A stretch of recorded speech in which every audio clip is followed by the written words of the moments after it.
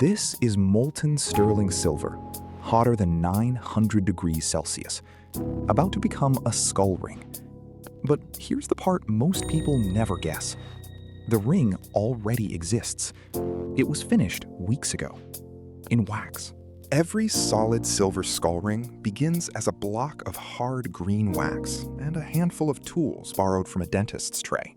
The carving alone can run from 8 hours to 40. This is the whole journey. Wax block to finished 925 silver. Step by step, the way casters actually work.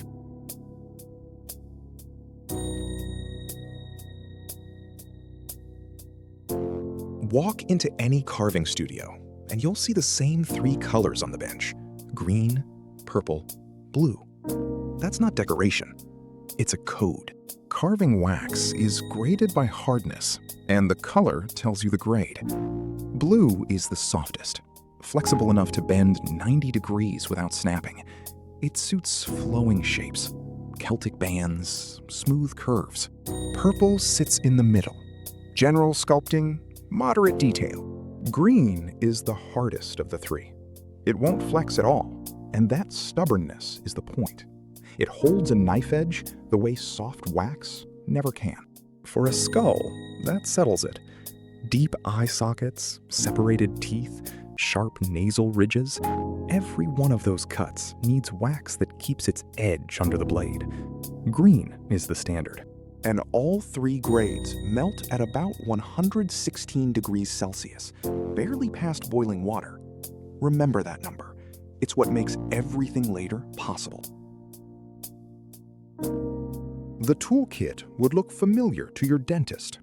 Scalpels, picks, curved steel probes. Both trades need the same thing: precise steel that works a small surface without slipping. For decades, carvers have made their own tools from piano wire, high-carbon drill rod steel.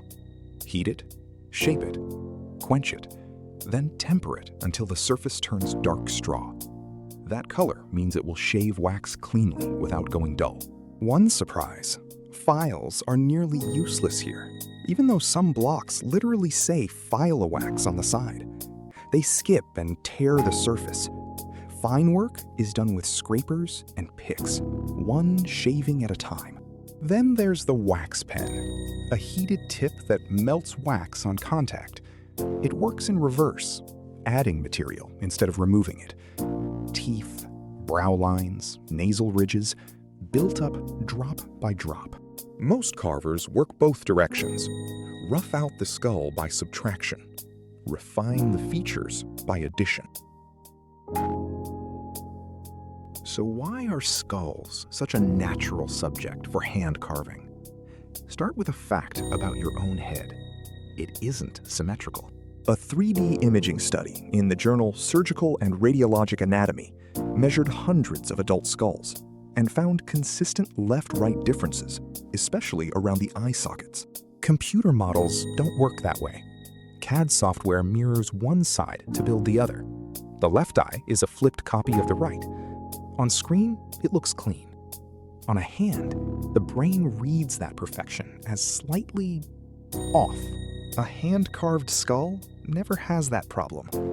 The carver cuts one side, then the other, and natural variation in hand pressure gives the skull the asymmetry a real one has anyway. Skulls are forgiving, too. In a portrait, a millimeter off reads as a mistake. In a skull, small irregularities read as character, and those deep recesses will trap oxidation later. That's where the drama comes from. 6 steps stand between a wax block and a finished silver ring. No shortcuts. Step 1. The carving. This is where the time goes. A simple skull band takes about a working day. A complex multi-skull design can swallow 40 hours. The carver removes everything that isn't the ring. Step 2. Investment. The wax gets a sprue, the channel the metal will travel, and goes into a steel flask. For a skull, the sprue joins at the dome, the thickest point, so silver flows from thick to thin. A heat-resistant plaster called investment, is mixed under vacuum to pull out every air bubble, then poured around the wax. When it sets, the carving is sealed inside stone. Step 3. Burnout. The flask enters a kiln on a slow, controlled ramp. The wax melts and drains first. Rush it and trapped wax boils. Boiling wax destroys detail that took 40 hours to cut. Over several hours, the kiln climbs to about 730 degrees, burning away every trace of wax and curing the plaster into ceramic. Casters call this lost wax casting. The wax is literally lost. What remains is a perfect hollow negative of the carving. One rule no caster breaks: never load a soaking wet flask. Trapped water flashes to steam, and steam can blow a mold apart inside the kiln. Step 4. The pour. Sterling silver, 92.5% silver, the rest copper, melts fully at about 893 degrees. Casters take it hotter still, then drive it into the mold. The flask itself waits at around 500 degrees. Too hot, and the silver freezes rough. Too cold, and it stops before it reaches the tooth tips. Step 5. The reveal. Once the silver sets, the investment is broken away, often under a jet of water. Out comes the ring. Rough, gray, sprue still attached. Every line cut in wax is now cut in metal. Step 6. Finishing. The sprue comes off. Files, sandpaper, polish. Then a patina bath darkens the whole ring, and the high points are polished back to bright. The recesses stay black. That contrast is the Gothic look. One quiet detail. The finished ring is smaller than its wax. Wax contracts as it cools, silver as it freezes, roughly 5 to 7% combined. Carvers work oversized from the very first cut. So how do you tell if a ring was hand-carved? From a product photo, honestly, it's hard. In person, there are 5 tells. Subtle left-right asymmetry. Recesses deep enough to hold shadow. Transitions that flow instead of calculate. Where jaw meets cranium, where teeth meet gums. Texture that changes. Smooth on polished high points. Faint tool marks in the hollows.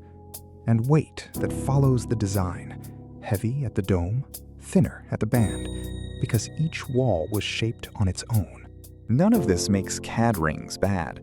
Plenty of excellent Gothic designs start on a screen and get hand-finished. The two approaches simply look different once you know what to look for. Look at a finished piece with all of this in mind. The horns on this bison demon ring, 34 grams of solid sterling, carry tool texture no mirrored copy would have. Left socket and right socket? Close, not identical. Or this two-tone candy skull with green stone eyes. A Dia de los Muertos design, where the oxidation sits exactly where the carver's deepest cuts trapped it. Every one of them started the same way. A block of green wax, a steel pick, and hours of shavings on a bench. And the method itself? The oldest known example is a small copper amulet from Mehrgar in present-day Pakistan, about 6,000 years old, older than the famous Egyptian examples. The technique on your finger predates the pyramids. The full write-up, wax grades, kiln schedules, how to read a casting, is on the blog, linked below, along with the skull collection, over 130 designs, each cast from an individually carved original. Thanks for watching.